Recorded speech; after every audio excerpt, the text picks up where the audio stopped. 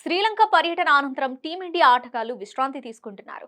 నెల రోజులకు పైగా విరామం దొరకడంతో హాలిడేస్ ను ఎంజాయ్ చేస్తున్నారు. సెప్టెంబర్ 19న బంగ్లాదేశ్ తో ఆరంభమయ్యే టెస్ట్ సిరీస్ తో భారత ప్లేయర్లు తిరిగి మైదానంలోకి అడుగుపెట్టనున్నారు. అంతకంటే ముందు దేశవాళీ టోర్నీ అయిన దులీప్ ట్రోఫీలో పాల్గొంటున్నాడు. అయితే ప్రస్తుతం టీమిండియాకు ముగ్గురు ప్లేయర్లు భారంగా మారిపోయారు.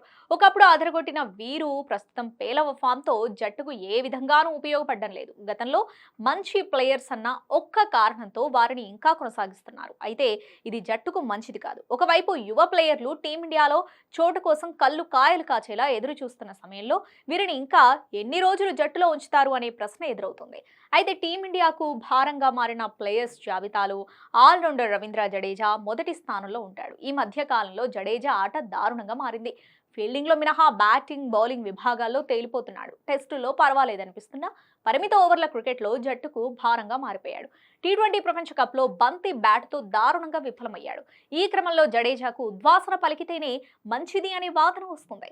ఇక వరుస గాయాలు, పేలవ ఫామ్తో శ్రేయస్ అయ్యర్ ఇబ్బంది పడుతున్నాడు. గత ఏడాది జరిగిన వన్డే ప్రపంచ కప్లో చోటు దక్కించుకున్న కీలకమైన ఫైనల్లో దారుణంగా ఆడాడు. అనంతరం గాయం కారణంగా జట్టుకు దూరమయ్యాడు.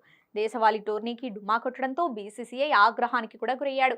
అయితే కొత్త కోచ్ గౌతమ్ గంభీర్ పుణ్యమా అని శ్రీలంకతో జరిగిన వన్డే సిరీస్ ద్వారా రీ ఎంట్రీ ఇచ్చాడు. కానీ పెద్దగా రాణించలేదు. అలాగే తన షార్ట్ పిచ్ బాల్ బలహీనతను అధిగమించలేకపోతున్నాడు.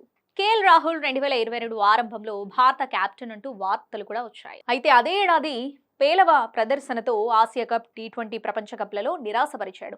అనంతరం వన్డే ప్రపంచ కప్ పర్వాలేదనిపించాడు. కానీ నెమ్మదైన బ్యాటింగ్తో అభిమానుల సహనానికి పరీక్ష పెట్టాడు. ఫలితంగా టీ20 జట్టులో చోటు కోల్పోయాడు. టెస్టులో రాహుల్ స్థానం ఎప్పుడో పోయింది. ఇక ప్రస్తుతం రాహుల్ వన్డేలకు కూడా దూరమయ్యేలా ఉన్నాడు.